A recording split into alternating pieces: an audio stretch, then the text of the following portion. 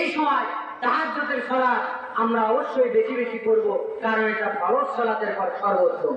আন আবি হুরায়রা রাদিয়াল্লাহু তাআলা আনহু قال قال رسول الله صلى الله عليه وسلم أفضل الصلاة بعد الفريضة صلاة الليل।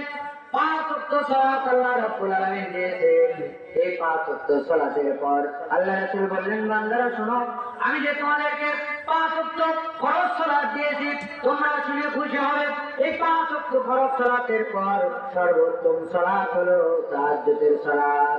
আমি আল্লাহ রাব্বুল আলামিন এই তাহাজ্জুদের সালাত যাতে তোমরা সুন্দরভাবে আদায় করতে পারো, তোমরা যাতে সময় নিতে পারো, আমি আল্লাহ শীতকালে রাতকে বাড়িয়ে দিলাম, এক তৃতীয় অংশ অনেক বড় করে দিলাম। আমি আল্লাহ আমার কাছে তোমরা বেশি বেশি সালাত আদায় করে শীতকালে তোমরা যা চাবে, আমি আল্লাহ রাব্বুল আলামিন তোমাদেরকে তাই দিয়ে দিব। সুবহানাল্লাহ। তাহলে শীতকালে আমাদের ইবাদত বাড়াতে হবে। আর শীতকালে আমরা মুসল্লি মসজিদ থেকে কমে যাই, শীতকালে আমরা ফজরের সালাত আদায় করতে পারি না, শীতকালে আমরা আসরের সালাত আদায় করতে গেলেও আমাদের ভয় হয়, মাগরিবের সালাত আমরা আদায় করতে পারি না, আমাদের অনেক সমস্যা হয়। আমাদের অবশ্যই এই ইবাদতগুলোর প্রতি বেশি বেশি খেয়াল রাখতে হবে, যাতে আমরা এই সালাতগুলো সুন্দরভাবে আদায় করতে পারি।